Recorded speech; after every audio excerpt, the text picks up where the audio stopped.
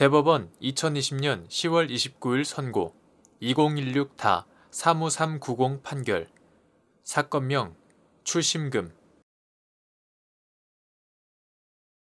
판시사항 1.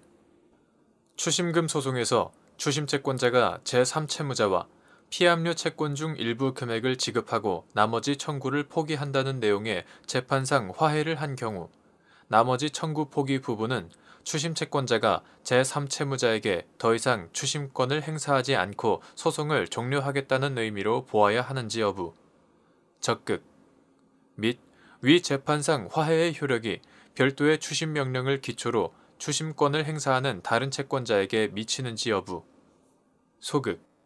판결 요지 1.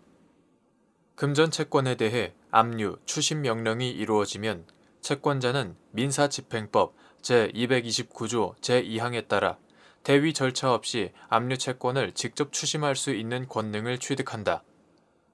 추심 채권자는 추심권을 포기할 수 있으나 민사집행법 제240조 제1항 그 경우 집행채권이나 피압류 채권에는 아무런 영향이 없다. 한편 추심 채권자는 추심 목적을 넘는 행위, 예를 들어 피압류 채권의 면제, 포기, 기한 유예, 채권 양도 등의 행위는 할 수 없다. 추심금 소송에서 추심 채권자가 제3채무자와 피압류 채권 중 일부 금액을 지급하고 나머지 청구를 포기한다는 내용의 재판상 화해를 한 경우 나머지 청구 포기 부분은 추심 채권자가 적법하게 포기할 수 있는 자신의 추심권에 관한 것으로서 제3채무자에게 더 이상 추심권을 행사하지 않고 소송을 종료하겠다는 의미로 보아야 한다. 이와 달리 추심 채권자가 나머지 청구를 포기한다는 표현을 사용하였다고 하더라도 이를 애초에 자신에게 처분 권한이 없는 피압류 채권 자체를 포기한 것으로 볼 수는 없다. 따라서 위와 같은 재판상 화해의 효력은 별도의 추심 명령을 기초로 추심권을 행사하는 다른 채권자에게 미치지 않는다. 판시사항 2. 동일한 채권에 대해 복수의 채권자들이 압류, 추심 명령을 받은 경우 어느 한 채권자가 제기한 추심금 소송에서 확정된 판결의 기판력이 변론 종결일 이전에 압류, 추심 명령을 받았던 다른 추심 채권자에게 미치는지 여부, 소극. 이러한 법리는 추심 채권자가 제3채무자를 상대로 제기한 추심금 소송에서 화해 권고 결정이 확정된 경우에도 마찬가지로 적용되는지 여부, 적극. 판결 요지 2. 동일한 채권에 대해 복수의 채권자들이 압류, 추심 명령을 받은 경우 어느 한 채권자가 제기한 추심금 소송에서 확정된 판결의 기판력은 그 소송의 변론 종결일 이전에 압류, 추심 명령을 받았던 다른 추심 채권자에게 미치지 않는다. 그 이유는 다음과 같다. 첫째, 확정 판결의 기판력이 미치는 주관적 범위는 신분관계소송이나 회사관계소송과 같이 법률에 특별한 규정이 있는 경우를 제외하고는 원칙적으로 당사자, 변론을 종결한 뒤의 승계인 또는 그를 위하여 청구의 목적물을 소지한 사람과 다른 사람을 위하여 원고나 피고가 된 사람이 확정 판결을 받은 경우에 그 다른 사람에 국한되고 민사소송법 제218조 제1항 제3항 그 밖에 제3자에게는 미치지 않는다. 따라서 추심 채권자들이 제기하는 추심금 소송의 소송물이 채무자의 제3채무자에 대한 피압류 채권의 존부로서 서로 같더라도 소송 당사자가 다른 이상 그 확정 판결의 기판력이 서로에게 미친다고 할 수 없다. 둘째, 민사집행법 제249조 제3항, 제4항은 추심의 소에서 소를 제기당한 제3채무자는 집행력 있는 정분을 가진 채권자를 공동소송인으로 원고 쪽에 참가하도록 명할 것을 첫 변론 기일까지 신청할 수 있고 그러한 참가 명령을 받은 채권자가 소송에 참가하지 않더라도 그 소에 대한 재판의 효력이 미친다고 정한다. 위 규정 역시 참가 명령을 받지 않은 채권자에게는 추심금 소송의 확정 판결의 효력이 미치지 않음을 전제로 참가 명령을 통해 판결의 효력이 미치는 범위를 확정할 수 있도록 한 것이다. 셋째, 제3채무자는 추심의 소에서 다른 압류 채권자에게 위와 같이 참가 명령 신청을 하거나 패소한 부분에 대해 변제 또는 집행 공탁을 함으로써 다른 채권자가 계속 자신을 상대로 소를 제기하는 것을 피할 수 있다. 따라서 어느 한 채권자가 제기한 추심금 소송에서 확정된 판결의 효력이 다른 채권자에게 미치지 않는다고 해도 제3채무자에게 부당하지 않다. 확정된 화해 권고 결정에는 재판상 화해와 같은 효력이 있다. 민사소송법 제231조. 위에서 본 추심금 소송의 확정 판결에 관한 법리는 추심채권자가 제3채무자를 상대로 제기한 추심금 소송에서 화해 권고 결정이 확정된 경우에도 마찬가지로 적용된다. 따라서 어느 한 채권자가 제기한 추심금 소송에서 화해 권고 결정이 확정되었더라도 화해 권고 결정의 기판력은 화해 권고 결정 확정일 전에 압류, 추심 명령을 받았던 다른 추심채권자에게 미치지 않는다. 대법원 2020년 10월 29일 선고 2017-269-152 판결 사건명 이사회 결의 무효 확인의 소 판시사항 1. 구 사회복지사업법상 관할 행정청의 임시이사 선임에 하자가 존재하더라도 그 하자가 중대, 명백하지 않은 경우 임시이사 해임 처분이 있기 전까지는 임시이사의 지위가 유효하게 존속하는지 여부. 적극. 판결 요지 1. 구 사회복지사업법 2011년 8월 4일 법률 제10997호로 개정되기 전의 것. 이하 구 사회복지사업법이라 한다. 구 사회복지사업법은 임시이사의 선임 사유와 절차 제20조 제2항 제3항에 관해서만 정하고 있을 뿐 직무 범위, 임기, 해임 절차 등을 정하고 있지 않다. 그러나 관할 행정청은 임시이사를 선임할 권한을 가지고 있으므로 임시이사 선임 사유가 해소되거나 해당 임시이사로 하여금 업무를 계속하도록 하는 것이 적절하지 않다고 판단할 경우 언제든지 임시이사를 해임할 수 있다고 보아야 한다. 구 사회복지사업법상 관할 행정청의 임시이사 선임 행위는 행정처분에 해당한다. 따라서 임시이사 선임에 하자가 존재하더라도 그 하자가 중대, 명백하지 않은 이상 이를 당연 무효라고 볼 수는 없고 임시이사 해임 처분이 있기 전까지는 임시이사의 지위가 유효하게 존속한다. 판시사항 2. 관할 행정청이 사회복지법인의 임시이사를 선임하면서 임기를 후임 정식 이사가 선임될 때까지로 기재한 경우 후임 정식 이사가 선임되었다는 사유만으로 임시이사의 임기가 자동적으로 만료되어 임시이사의 지위가 상실되는지 여부. 소급. 및 이때 임시이사의 지위가 상실되는 시점. 관할 행정청의 임시이사 해임 처분 시. 판결 요지 2. 구 사회복지사업법 2011년 8월 4일 법률 제10997호로 개정되기 전의 것. 제20조 제2항에 따르면 사회복지법인의 임시이사는 이사의 결혼으로 법인의 정상적인 운영이 어려워진 경우에 그 결혼을 보충하기 위하여 선임되는 기관이므로 정식 이사가 선임될 때까지만 재임하는 것이 원칙이다.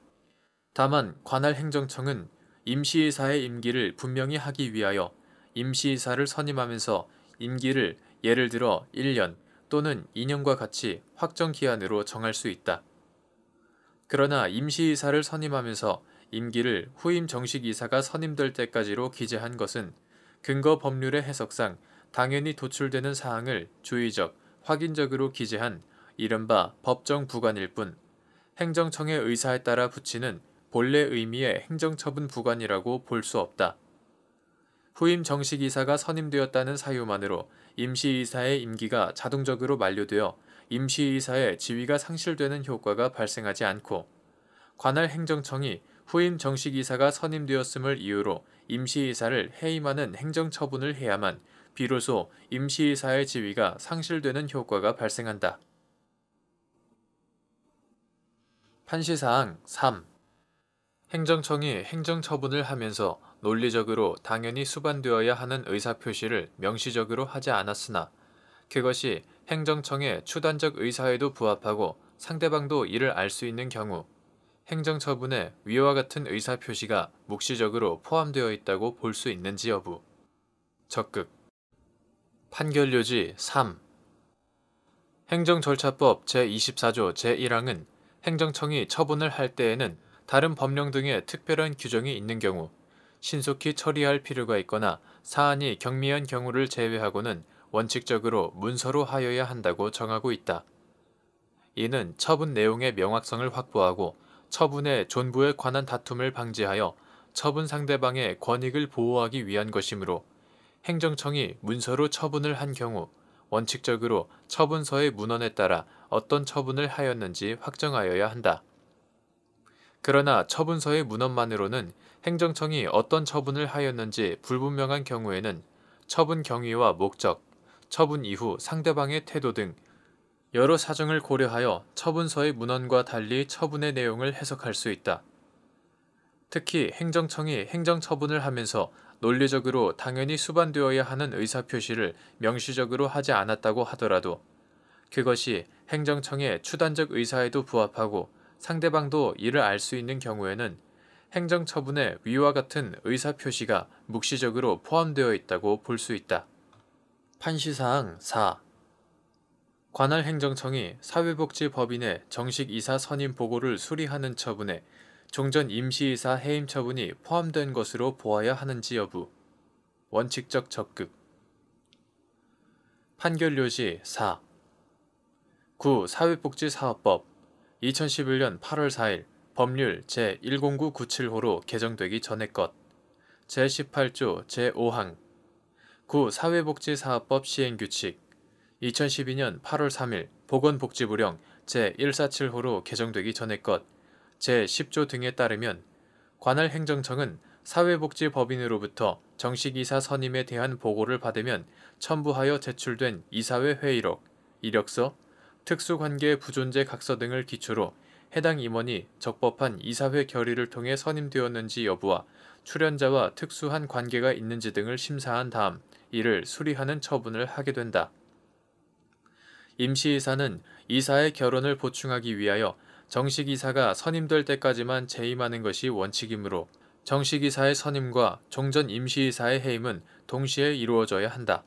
따라서 새로 선임된 정식이사와 종전 임시이사가 일시적으로라도 병존하여야 하는 다른 특별한 사정이 없는 한 관할 행정청이 사회복지법인의 정식이사 선임 보고를 수리하는 처분에는 정식이사가 선임되어 이사의 결혼이 해소되었음을 이유로 종전 임시이사를 해임하는 의사표시, 즉 임시이사 해임 처분이 포함된 것으로 보아야 한다.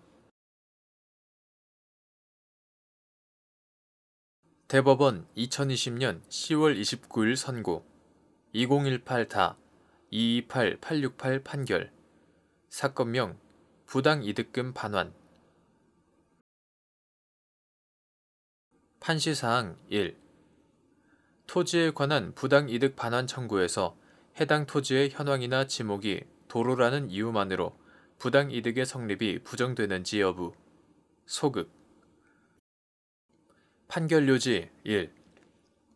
물건의 소유자가 물건에 관한 어떠한 이익을 상대방이 권한 없이 취득하고 있다고 주장하여 그 이익을 부당이득으로 반환 청구하는 경우 상대방은 그러한 이익을 보유할 권한이 있음을 주장, 증명하지 않는 한 소유자에게 이를 부당이득으로 반환할 의무가 있다. 이때 해당 토지의 현황이나 지목이 도로라는 이유만으로 부당이득의 성립이 부정되지 않으며 도로로 이용되고 있는 사정을 감안하여 부당이득의 액수를 산정하면 된다. 판시사항 2. 신의성실의 원칙의 의미 및 그 위배를 이유로 권리 행사를 부정하기 위한 요건. 판결요지 2. 신의성실의 원칙은 법률 관계의 당사자가 상대방의 이익을 배려하여 형평에 어긋나거나 신뢰를 저버리는 내용 또는 방법으로 권리를 행사하거나 의무를 이행해서는 안 된다는 추상적 규범을 말한다. 신의성실의 원칙에 위배된다는 이유로 권리 행사를 부정하기 위해서는 상대방에게 신의를 제공하였거나 객관적으로 보아 상대방이 신의를 가지는 것이 정당한 상태에 이르러야 하고 이와 같은 상대방의 신의에 반하여 권리를 행사하는 것이 정의관념에 비추어 용인될 수 없는 정도에 이르러야 한다. 상대방에게 신의를 창출한 바 없거나 상대방이 신의를 가지는 것이 정당한 상태에 있지 않을 뿐만 아니라 권리 행사가 정의의 관념에 반하지 않는 경우에는 권리 행사를 신의 성실의 원칙에 반한다고 볼 수 없다. 판시사항 3.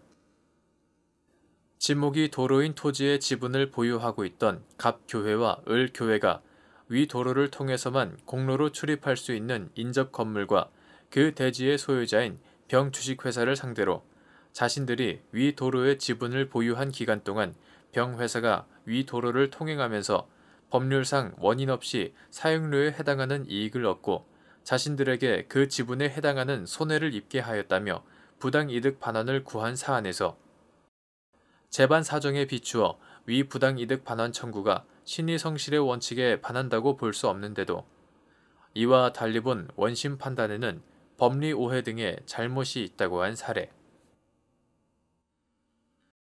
료지 3.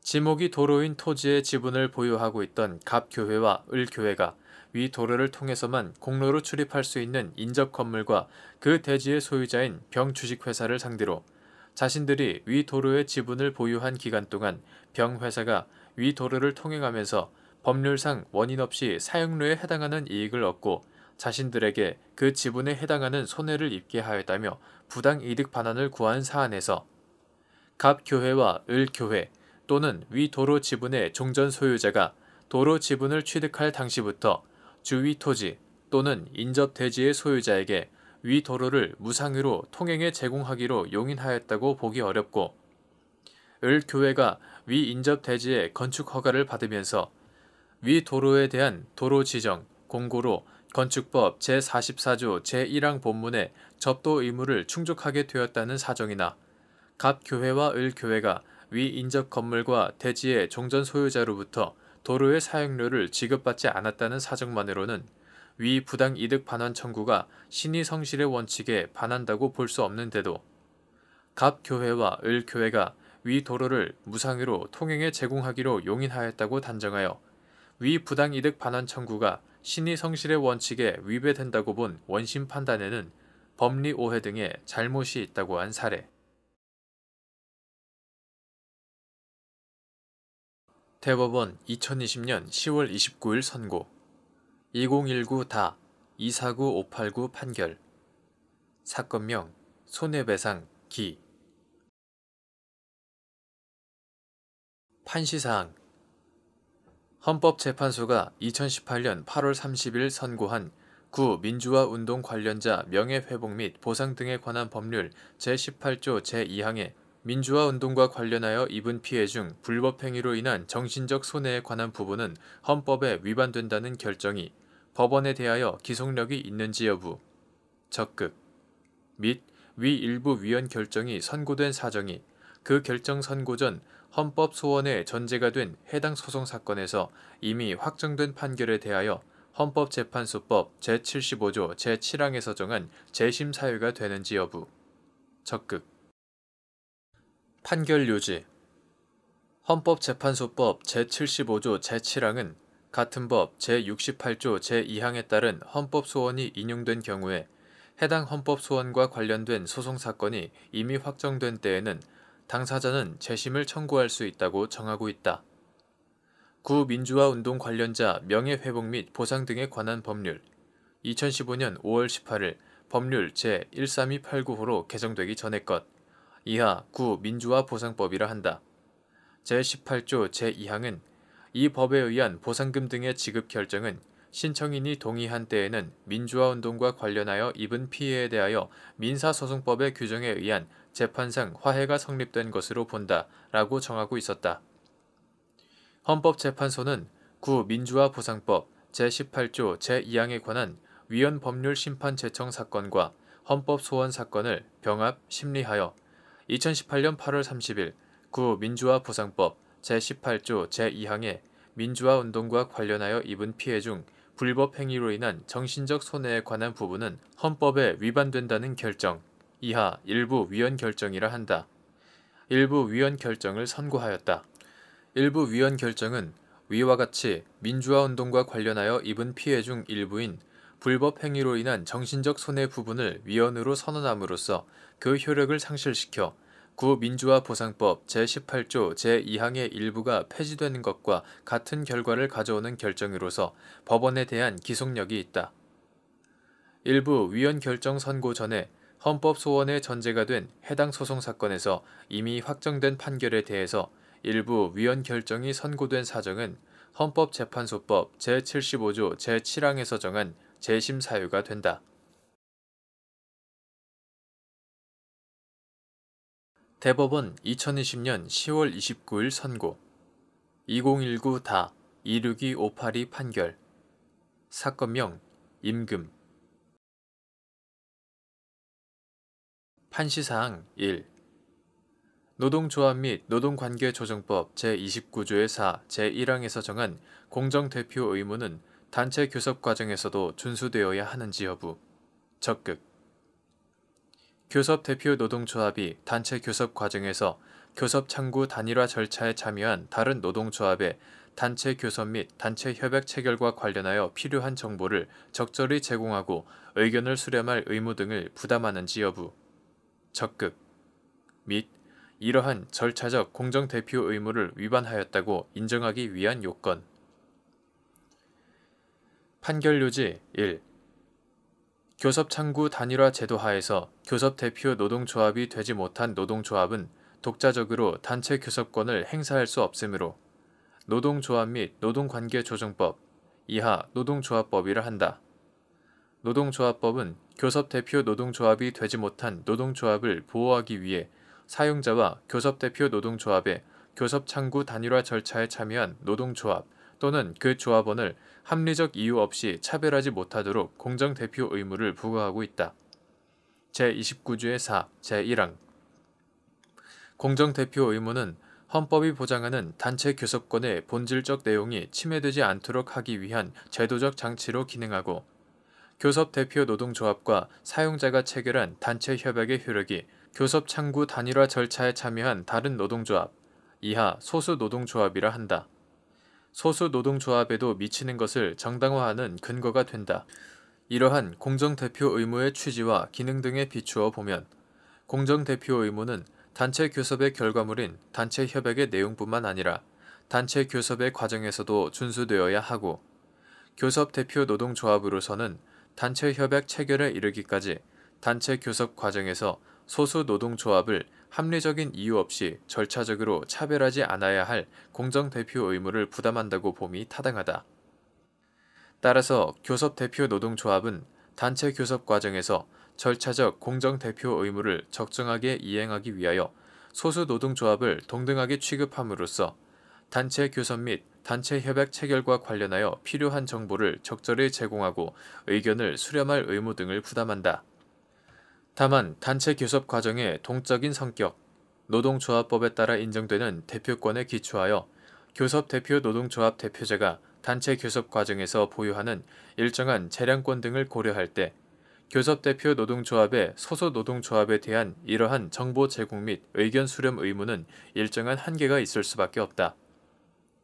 이러한 사정을 아울러 고려하면 교섭대표 노동조합이 단체 교섭 과정의 모든 단계에서 소수 노동조합에 대하여 일체의 정보 제공 및 의견 수렴 절차를 거치지 아니하였다고 하여 절차적 공정대표 의무를 위반하였다고 단정할 것은 아니고 단체 교섭의 전 과정을 전체적, 종합적으로 살필 때 소수 노동조합의 기본적이고 중요한 사항에 대한 정보 제공 및 의견 수렴 절차를 충분히 거치지 않았다고 인정되는 경우와 같이 교섭대표 노동조합이 가지는 재량권의 범위를 일탈하여 소수 노동조합을 합리적 이유 없이 차별화했다고 평가할 수 있는 때에 절차적 공정대표 의무 위반을 인정할 수 있다. 판시사항 2. 교섭대표 노동조합이 사용자와 단체 교섭 과정에서 마련한 단체 협약 잠정 합의안에 대해 조합원 총회 또는 총회에 가름할 대의원회의 찬반 투표 절차를 거치면서 교섭 창구 단일화 절차에 참여한 다른 노동조합의 조합원들에게 절차에 참여할 기회를 부여하지 않거나 그들의 찬반 의사를 고려하여 가결 여부를 결정하지 않았다는 사정만으로 절차적 공정대표 의무 위반이라고 단정할 수 있는지 여부. 소급. 판결요지 2. 교섭대표 노동조합이 사용자와 단체 교섭 과정에서 마련한 단체협약 잠정합의안 이하 잠정합의안이라 한다. 잠정합의안에 대해 자신의 조합원 총회 또는 총회에 가름할 대의원회의 찬반투표 절차를 거치면서도 교섭창구 단일화 절차에 참여한 다른 노동조합 이하 소수노동조합이라 한다. 소수노동조합의 조합원들에게 동등하게 그 절차에 참여할 기회를 부여하지 않거나 그들의 찬반 의사까지 고려하여 잠정합의안에 대한 가결 여부를 결정하지 않았더라도 그러한 사정만으로 이를 가리켜 교섭대표 노동조합의 절차적 공정대표 의무 위반이라고 단정할 수는 없다. 다음과 같은 사정들을 종합적으로 고려하면 이러한 경우 특별한 사정이 없는 한 교섭대표 노동조합이 소수노동조합을 차별한 것으로 보기 어렵기 때문이다. 첫째, 교섭창구 단일화 제도의 취지나 목적, 노동조합 및 노동관계조정법, 이하 노동조합법이라 한다. 제29조 제2항의 규정 내용과 취지 등을 고려하면 교섭대표 노동조합의 대표자는 교섭창구 단일화 절차에 참여한 노동조합 및 조합원 전체를 대표하여 독자적인 단체협약 체결권을 가지므로 단체협약 체결 여부에 대해 원칙적으로 소수노동조합이나 그 조합원의 의사에 기속된다고 볼 수 없다. 둘째, 교섭대표 노동조합의 규약에서 잠정합의안에 대한 조합원 찬반 투표를 거칠 것을 규정하고 있더라도 그것은 당의 교섭대표 노동조합 조합원들의 의사결정을 위하여 마련된 내부 절차일 뿐 법률상 요구되는 절차는 아니다.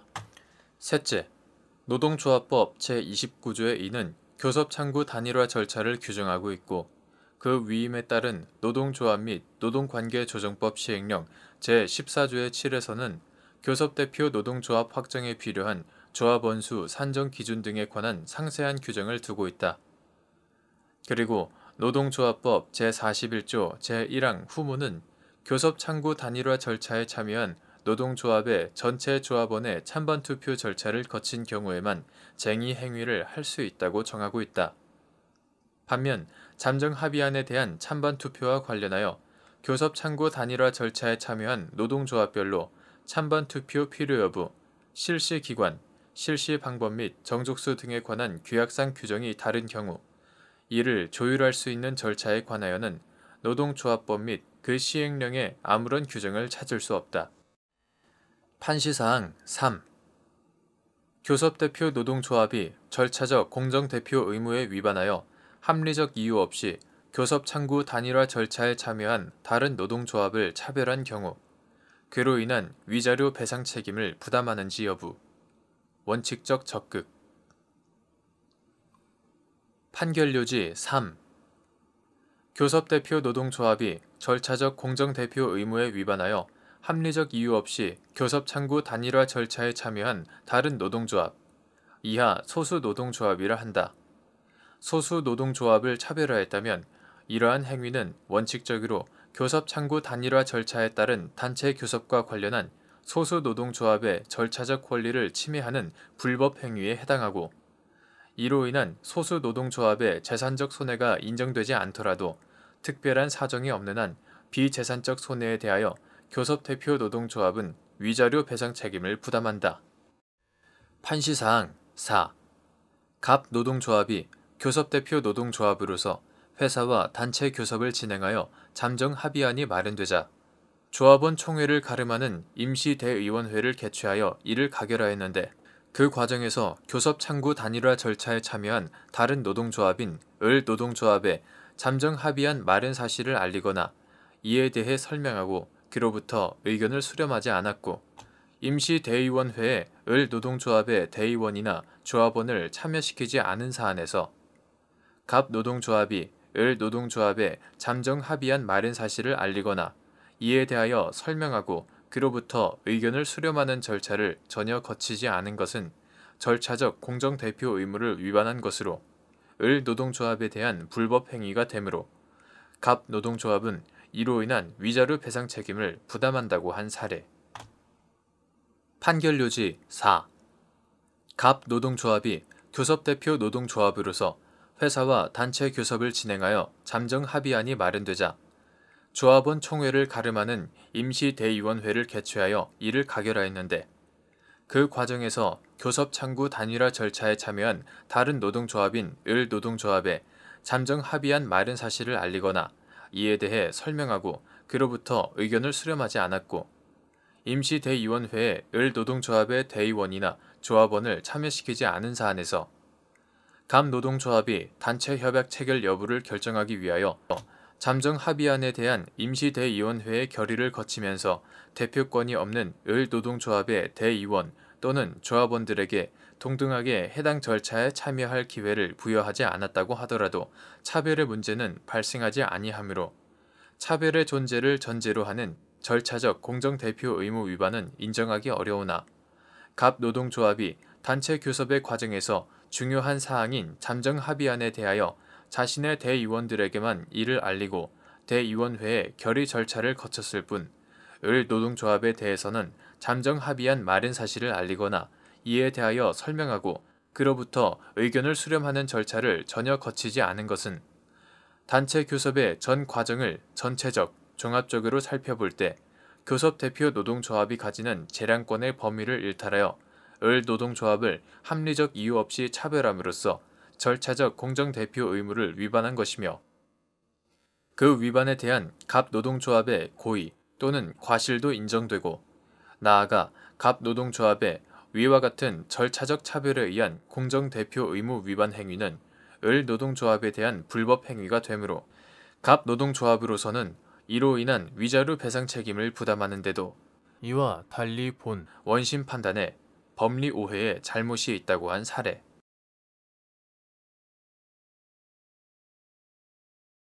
대법원 2020년 10월 29일 선고 2019다 267020 판결.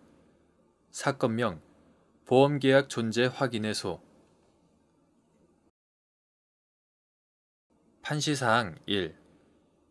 보험계약 존속 중 당사자 일방의 부당한 행위 등으로 신뢰관계가 파괴되어 계약의 존속을 기대할 수 없는 중대한 사유가 있는 경우 상대방이 보험계약을 해지할 수 있는지 여부. 적극. 판결요지 1. 보험계약은 장기간의 보험기간 동안 존속하는 계속적 계약일 뿐만 아니라 도덕적 위험의 우려가 있어 당사자의 윤리성과 선의성이 강하게 요구되는 특성이 있으므로 당사자 사이에 강한 신뢰관계가 있어야 한다. 따라서 보험계약의 존속 중에 당사자 일방의 부당한 행위 등으로 인하여 계약의 기초가 되는 신뢰관계가 파괴되어 계약의 존속을 기대할 수 없는 중대한 사유가 있는 때에는 상대방은 그 계약을 해지함으로써 장래에 향하여 그 효력을 소멸시킬 수 있다. 판시사항 2. 보험계약자 측이 입원 치료를 지급 사유로 보험금을 청구하거나 이를 지급받았으나 입원 치료의 전부 또는 일부가 필요하지 않은 것으로 밝혀진 경우 보험자가 보험계약을 해지할 수 있는지 여부. 한정 적극. 보험자에게 위 해지권에 관한 사전 설명 의무가 있는지 여부. 소극. 및 보험자의 위 해지권 행사를 상법 제663조나 약관의 규제에 관한 법률 제9조 제2호 위반으로 볼 수 있는지 여부. 소극. 보험자가 보험금 지급 심사 단계에서 지급 요건을 충족하지 못한 것을 밝히지 못하고 보험금을 지급했다는 이유만으로 위 해지권 행사를 보험계약상 심리성실의 원칙 위반으로 볼 수 있는지 여부. 소극. 구체적 사안에서 보험자가 위 해지권을 행사할 수 있는지 판단하는 방법. 판결요지 2. 보험계약자 측이 입원 치료를 지급 사유로 보험금을 청구하거나 이를 지급받았으나 그 입원 치료의 전부 또는 일부가 필요하지 않은 것으로 밝혀진 경우 입원 치료를 받게 된 경위 보험금을 부정취득할 목적으로 입원 치료의 필요성이 없음을 알면서도 입원을 하였는지 여부. 입원 치료의 필요성이 없는 입원 일수나 그에 대한 보험금 액수, 보험금 청구나 수령 횟수, 보험계약자 측이 가입한 다른 보험계약과 관련된 사정, 서류의 조작 여부 등 여러 사정을 종합적으로 고려하여 보험계약자 측의 부당한 보험금 청구나 보험금 수령으로 인하여 보험계약에 기초가 되는 신뢰관계가 파괴되어 보험계약의 존속을 기대할 수 없는 중대한 사유가 있다고 인정된다면 보험자는 보험계약을 해지할 수 있고 위 계약은 장래에 대하여 그 효력을 잃는다. 한편 이러한 해지권은 신의성실의 원칙을 정한 민법 제2조에 근거한 것으로서 보험계약 관계에 당연히 전제된 것이므로 보험자에게 사전에 설명할 의무가 있다거나 보험자가 이러한 해지권을 행사하는 것이 상법 제663조나 약관의 규제에 관한 법률 제9조 제2호를 위반한 것이라고 볼 수 없다. 보험자가 보험금 지급에 관한 심사를 하는 단계에서 지급 요건을 충족하지 못한 것을 밝히지 못하고 보험금을 지급했다는 이유만으로 보험자가 이러한 해지권을 행사하는 것이 보험계약상 신의성실의 원칙 위반이라고 볼 수도 없다. 다만 이러한 해지권은 보험약관에 명시되어 있지 않고 또 구체적 사안에서 해지 사유가 있는지 여부가 명확하지 않은 면이 있을 뿐만 아니라 보험자가 부당한 보험금 청구를 거절하거나 기지급 보험금을 반환받는 것을 넘어서 보험계약 자체를 해지하는 것은 자칫 보험계약자 측에 과도한 불이익이 될 수 있다는 점을 고려할 때 구체적 사안에서 보험자가 이와 같은 해지권을 행사할 수 있는지는 신중하고 엄격하게 판단하여야 한다. 판시사항 3. 보험계약의 기초가 되는 신뢰관계를 파괴하는 당사자 일방의 부당한 행위가 해당 보험계약의 특약에 관한 것이더라도 그 행위가 중대하여 계약 자체의 유지를 기대할 수 없는 경우 이로 인한 해지의 효력이 보험계약 전부에 미치는지 여부. 원칙적 적극. 판결요지 3. 보험계약은 당사자의 윤리성과 선의성이 강하게 요구되는 특성으로 인하여 당사자 사이에 강한 신뢰관계를 요구한다. 따라서 보험계약이 당사자 일방의 부당한 행위로 계약의 기초가 되는 신뢰관계가 파괴되어 상대방이 그 계약을 해지하는 경우 신뢰관계를 파괴하는 당사자의 부당한 행위가 해당 보험계약의 주계약이 아닌 특약에 관한 것이라 하더라도 그 행위가 중대하여 이로 인해 보험계약 전체가 영향을 받고 계약 자체를 유지할 것을 기대할 수 없다면 특별한 사정이 없는 한 해지의 효력은 해당 보험계약 전부에 미친다고 보아야 한다.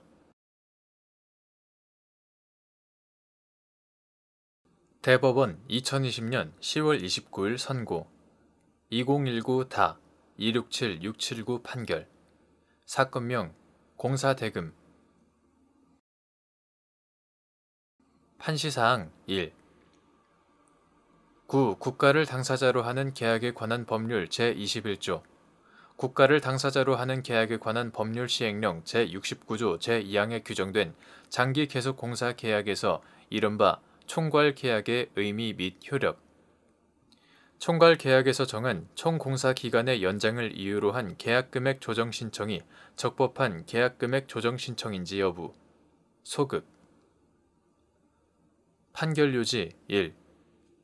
국가를 당사자로 하는 계약에 관한 법률 2020년 6월 9일 법률 제17339호로 개정되기 전의 것 제21조 국가를 당사자로 하는 계약에 관한 법률 시행령 제69조 제2항에 규정된 장기 계속공사 계약은 총공사 금액 및 총공사 기간에 관하여 별도의 계약을 체결하고 다시 개개의 사업연도별로 계약을 체결하는 형태가 아니라 우선 1차 연도에 제1차 공사에 관한 계약을 체결하면서 총공사 금액과 총공사 기간을 부기하는 형태로 이루어진다.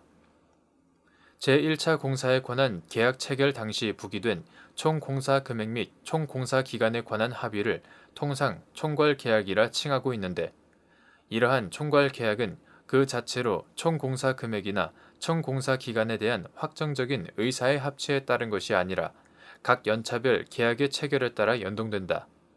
즉, 총괄계약은 전체적인 사업의 규모나 공사 금액, 공사 기간 등에 관하여 잠정적으로 활용하는 기준으로서 구체적으로는 계약 상대방이 각 차수별 계약, 연차별 계약을 체결할 지위에 있다는 점과 계약의 전체 규모는 총괄계약을 기준으로 한다는 점에 관한 합의라고 보아야 한다.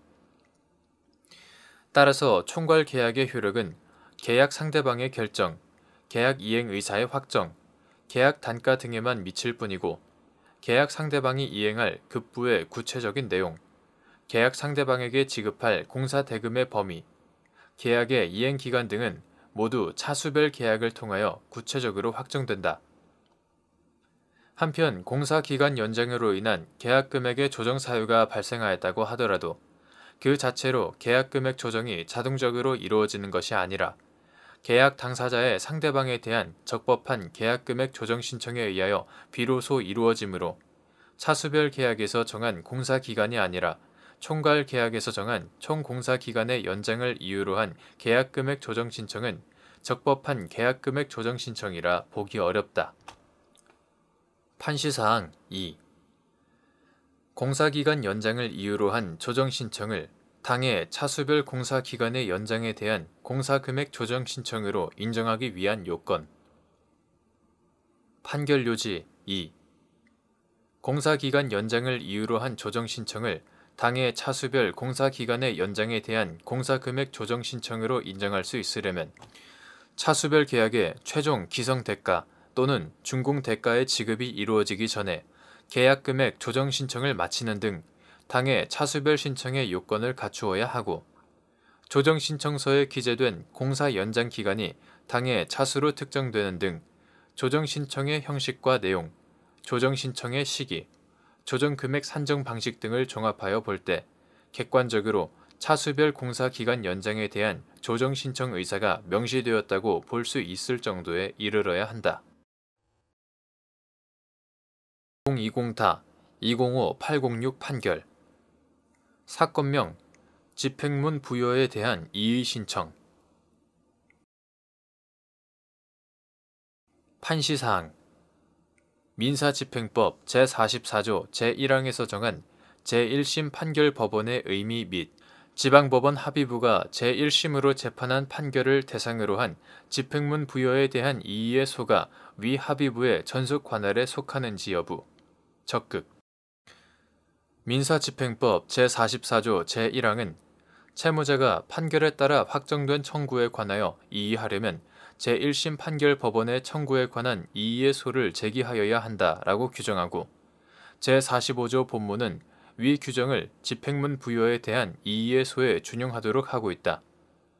여기서 제1심 판결 법원이란 집행권한인 판결에 표시된 청구권, 즉 그 판결에 기초한 강제 집행에 의하여 실현될 청구권에 대하여 재판을 한 법원을 가리키고 이는 직분 관할로서 성질상 전속 관할에 속한다. 따라서 지방법원 합의부가 제1심으로 재판한 판결을 대상으로 한 집행문 부여에 대한 이의의 소는 그 재판을 한 지방법원 합의부의 전속 관할에 속한다. 대법원 2020년 10월 30일자 2020-6255 결정. 사건명 소송비용 부담 및 확정. 판시사항. 공동소송인 중 일부만이 변호사 보수를 실제 지급한 경우 그 일부에 대해서만 변호사 보수를 배분하여 소송비용을 산정하여야 하는지 여부. 적극. 결정요지. 공동소송인 중 일부만이 변호사 보수를 실제 지급한 경우 그 일부에 대해서만 변호사 보수를 배분하고 변호사 보수를 지급하지 않은 공동소송인에게는 배분해서는 안 된다. 대법원 2020년 11월 3일자 2020-5594 결정. 사건명 공직자윤리법 위반. 판시사항 1. 질서 위반 행위에 대하여 과태료 부과의 근거 법률이 개정되어 행위 시의 법률에 의하면 과태료 부과 대상이었지만 재판 시의 법률에 의하면 과태료 부과 대상이 아니게 된 경우 과태료를 부과할 수 있는지 여부. 원칙적 소급. 결정요지 1. 과태료 부과에 관한 일반 법인 질서 위반 행위 규제법에 의하면 질서 위반 행위의 성립과 과태료 처분은 원칙적으로 행위 시의 법률에 따르지만 제3조 제1항 질서 위반 행위 후 법률이 변경되어 그 행위가 질서 위반 행위에 해당하지 아니하게 되거나 과태료가 변경되기 전의 법률보다 가볍게 된 때에는 법률에 특별한 규정이 없는 한 변경된 법률을 적용하여야 한다. 제3조 제2항.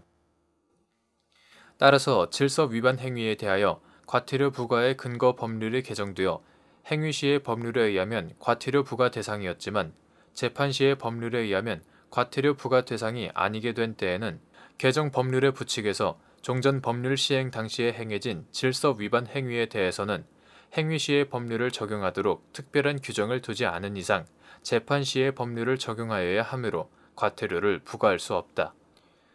판시사항 2. 공직자윤리법 제18조 제1항 본문에서 정한 취업 제한 여부 확인 요청 제도의 입법 취지.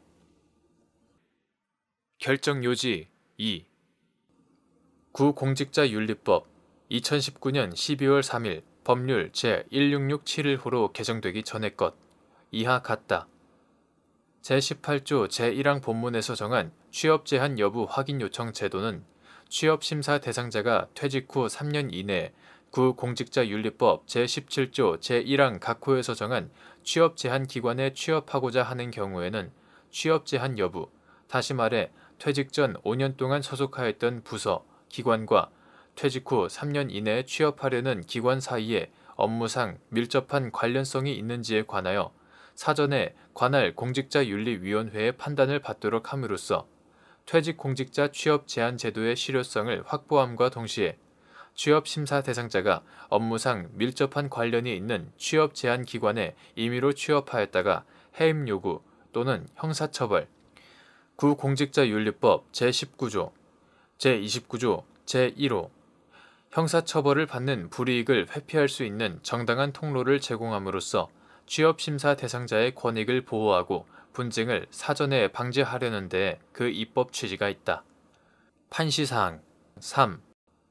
국가경찰 공무원으로서 경감 직위에서 퇴직한 갑이 철도 건널목 안전관리 및 경비 등의 업무를 담당하는 경비사업소장으로 을 주식회사에 취업한 후 취업 제한 여부 확인 요청서를 제출하였는데 갑에 대하여 취업 전에 취업 제한 여부 확인 요청을 하지 않았다는 이유로 과태료가 부과되었고 이에 갑이 항고하였으나 항고심 법원이 2019년 12월 3일 법률 제1667호로 개정된 공직자윤리법이 공포된 상태임에도 시행일까지 기다리지 아니한 채 항고 기각 결정을 한 사안에서 과태료 재판 계속 중에 개정 시행된 공직자윤리법령에 의하면 갑이 취업 제한 여부 확인 요청 대상자의 범위에서 제외될 여지가 있으므로 이 경우 재판 시의 법률에 따라 과태료를 부과할 수 없게 된다는 이유로 원심 결정을 파기한 사례.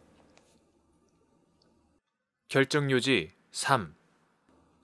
국가경찰 공무원으로서 경감 직위에서 퇴직한 갑이 철도 건널목 안전관리 및 경비 등의 업무를 담당하는 경비사업소장으로 을 주식회사에 취업한 후 취업 제한 여부 확인 요청서를 제출하였는데 갑에 대하여 취업 전에 취업 제한 여부 확인 요청을 하지 않았다는 이유로 과태료가 부과되었고 이에 갑이 항고하였으나 항고심 법원이 2019년 12월 3일 법률 제1667호로 개정된 공직자윤리법 이하 개정 공직자윤리법이라 한다. 개정 공직자윤리법이 공포된 상태임에도 시행일까지 기다리지 아니한 채 항고 기각 결정을 한 사안에서 2020년 6월 2일 대통령령 제30753호로 개정된 공직자윤리법 시행령 이하 개정 시행령이라 한다. 제31조 제2항 각호에 퇴직 공직자가 취업심사 대상 기관에 취업하여 담당하려는 업무가 같은 항 본문에 해당하는 경우에는 취업심사 대상자의 범위에서 제외되므로 개정 공직자윤리법 제18조 제1항에 따른 취업 제한 여부 확인 요청 대상자에서도 제외되는 바 갑이 퇴직 후 미리 취업 제한 여부 확인 요청 절차를 거치지 않은 채 을 회사에 취업한 행위가 당시에는 공직자윤리법 2019년 12월 3일 법률 제1667호로 개정되기 전의 것 이와 같다. 제18조 제1항을 위반한 것이어서 같은 법 제30조 제3항 제2호에 따른 과태료 부과 대상에 해당하였으나 과태료 재판 계속 중에 개정, 시행된 공직자윤리법령에 의하면 국가경찰 공무원으로서 경감 직위에서 퇴직한 갑이 을 회사에 취업하여 담당하는 철도 건널목 안전관리 및 경비 등의 업무가 개정 시행령 제31조 제2항에서 정한 통계법 제22조에 따라 통계청장이 고시하는 직업에 관한 표준 분류의 대분류에 따른 서비스 종사자, 기능원 및 관련 기능 종사자 또는 단순 노무 종사자에 해당하는 경우에는 취업심사 대상자 및 취업 제한 여부 확인 요청 대상자의 범위에서 제외되므로 재판 시의 법률에 의하면 개정 공직자윤리법 제18조 제1항 위반에 해당할 수 없어 같은 법 제30조 제3항 제8호에 따른 과태료 부과 대상이 아니게 된 때에 해당하고 개정 공직자윤리법령에는 구 공직자윤리법 시행 당시에 행해진 질서 위반 행위에 대해서 행위 시의 법률을 적용하여 과태료 처벌을 하도록 하는 내용의 특별한 규정을 두지 않아 재판 시의 법률을 적용하여야 하므로 과태료를 부과할 수 없게 된다는 이유로 원심 결정을 파기한 사례.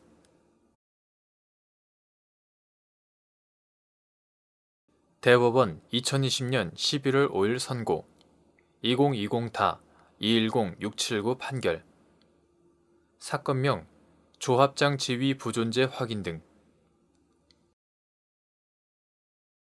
판시사항 조합의 정관에서 조합장이 총회를 소집, 개최하는 경우 총회의 목적, 안건, 일시, 장소 등에 관하여 미리 이사회의 의결을 거쳐야 한다는 규정을 두고 있음에도 조합장이 총회 소집 과정에서 위 정관 규정을 위반한 경우 총회 결의가 무효인지 판단하는 기준. 판결 요지 도시환경정비사업조합 이하 조합이라 한다. 조합은 조합원으로 구성되는 총회를 두어야 한다. 구 도시 및 주거환경정비법 2017년 2월 8일 법률 제14567호로 전부 개정되기 전의 것 이하 도시정비법이라 한다. 제24조 제1항 총회는 조합 임원의 선임 및 해임 등을 비롯하여 조합에 관한 여러 중요한 사항에 대하여 결정하는 조합의 최고 의사결정기관이다. 총회는 조합원 10분의 1 이상의 발의로 조합 임원의 해임을 위한 총회를 소집하는 경우를 제외하고는 조합장의 직권 또는 조합원 5분의 1 이상 또는 대의원 3분의 2 이상의 요구로 조합장이 소집한다. 도시정비법 제23조 제4항, 제24조 제2항 그 소집 절차, 시기 및 의결 방법 등에 관하여는 정관으로 정한다. 도시정비법 제24조 제6항 그리고 조합원의 수가 100인 이상인 조합은 대의원회를 두어야 하는데 대의원회는 도시 및 주거환경정비법 시행령이 총회의 전속 의결 사항으로 정한 것을 제외하고는 총회의 권한을 대행할 수 있는 의결기관이다. 도시정비법 제25조 제1항, 제2항 한편 이사회는 조합의 의사결정기관이 아니고 조합장을 보좌하여 조합 사무를 분담하는 사무집행기관이다. 따라서 조합의 정관에서 조합장이 총회를 소집, 개최하는 경우 총회의 목적, 안건, 일시, 장소 등에 관하여 미리 이사회의 의결을 거쳐야 한다는 규정을 두고 있음에도 조합장이 총회 소집 과정에서 위 정관 규정을 위반한 경우 그 총회 결의가 무효인지 여부는 총회 소집, 개최 시 이사회 의결을 거치도록 정한 정관 규정을 위반하게 된 경위, 구체적인 위반 내용, 이사회 의결에 존재하는 하자의 내용과 정도, 총회 소집과 관련하여 대의원회 등 조합 내부 다른 기관의 사전 심의나 의결 등이 존재하는지 여부, 위 정관 규정을 위반한 하자가 전체 조합원들의 총회 참여 기회나 의결권 행사 등에 미친 영향, 조합 내부의 기관으로 두고 있는 총회, 대의원회 등과 이사회의 관계 및 각 기관의 기능, 역할과 성격, 총회의 소집 주체, 목적과 경위 및 총회 참석 조합원들의 결의 과정과 내용 등 여러 사정을 종합적으로 고려하여 위 정관 규정을 위반한 하자가 총회 결의의 효력을 무효로 할 만한 중대한 소집 절차상의 하자라고 볼 수 있는지에 따라 판단하여야 한다.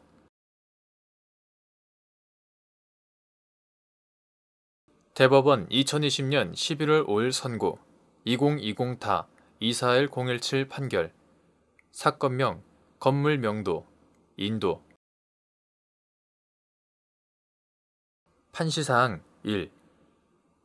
2018년 10월 16일 법률 제15791호로 개정된 상가 건물 임대차 보호법 부칙 제2조에서 정한 이 법 시행 후 최초로 체결되거나 갱신되는 임대차의 의미 및 개정 법률 시행 후에 개정 전 법률에 따른 의무 임대차 기간이 경과하여 임대차가 갱신되지 않고 기간 만료 등으로 종료된 경우가 이에 포함되는지 여부. 소급. 판결 요지 1. 상가 건물 임대차 보호법 이하 상가 임대차법이라고 한다. 상가 임대차법은 제10조 제1항과 제3항의 규정에서 갱신 요구권에 관하여 임대인은 임차인이 임대차 기간이 만료되기 6개월 전부터 1개월 전까지 사이에 계약 갱신을 요구하면 제1항 단서에서 정하는 사유가 없는 한 갱신을 거절하지 못하고 전 임대차와 같은 조건으로 다시 계약된 것으로 보도록 정하고 있다. 구 상가 건물 임대차 보호법 2018년 10월 16일 법률 제15791호로 개정되기 전의 것을 말하고 위 법률로 개정되어 같은 날부터 시행된 상가 임대차법을 개정 상가 임대차법이라고 한다. 제10조 제2항은 갱신 요구권은 최초 임대차 기간을 포함하여 전체 임대차 기간이 5년을 초과하지 않는 범위에서만 행사할 수 있다고 정하였는데 개정 상가 임대차법 제10조 제2항은 이에 대해 10년을 초과하지 않는 범위에서만 행사할 수 있다고 정하고 그 부칙 제2조는 제10조 제2항의 개정 규정은 이 법 시행 후 최초로 체결되거나 갱신되는 임대차부터 적용한다 라고 정하고 있다. 위 규정들의 문헌, 내용과 체계에 비추어 보면 개정 상가 임대차법 부칙 제2조에 이 법 시행 후 최초로 체결되거나 갱신되는 임대차는 개정 상가 임대차법이 시행되는 2018년 10월 16일 이후 처음으로 체결된 임대차 또는 2018년 10월 16일 이전에 체결되었지만 2018년 10월 16일 이후 그 이전에 인정되던 계약 갱신 사유에 따라 갱신되는 임대차를 가리킨다고 보아야 한다. 따라서 개정 법률 시행 후에 개정 전 법률에 따른 의무 임대차 기간이 경과하여 임대차가 갱신되지 않고 기간 만료 등으로 종료된 경우는 이에 포함되지 않는다. 판시사항 2. 상가 건물의 임대인인 갑이 임차인인 을과의 합의에 따라 총 7년으로 연장된 임대차 기간이 만료되기 3개월 전 을에게 임대차 계약을 갱신할 의사가 없음을 통보하자 을이 임대차 계약의 갱신을 요구한 사안에서 위 임대차 계약은 2018년 10월 16일 법률 제15791호로 개정된 상가 건물 임대차 보호법 시행 이후에 기간 만료로 종료되어 갱신되지 않았으므로 을은 임대차 계약에 적용되는 의무 임대차 기간이 10년이라는 이유로 임대차 계약의 갱신을 요구할 수 없다고 한 사례. 판결 요지 2. 상가 건물의 임대인인 갑이 임차인인 을과의 합의에 따라 총 7년으로 연장된 임대차 기간이 만료되기 3개월 전 을에게 임대차 계약을 갱신할 의사가 없음을 통보하자 을이 임대차 계약의 갱신을 요구한 사안에서 임대차 계약 체결 당시 임차인의 갱신 요구권이 인정되는 의무 임대차 기간은 구 상가 건물 임대차 보호법 2018년 10월 16일 법률 제15791호로 개정되기 전의 것 제10조 제2항에 따라 5년인데 을이 임대차 갱신을 요구한 때에는 이미 의무 임대차 기간 5년을 경과하였으므로 위 임대차 계약은 갑의 적법한 갱신 거절 통지로 인하여 2018년 10월 16일 법률 제15791호로 개정된 상가 건물 임대차 보호법 이하 개정 상가 임대차법이라고 한다.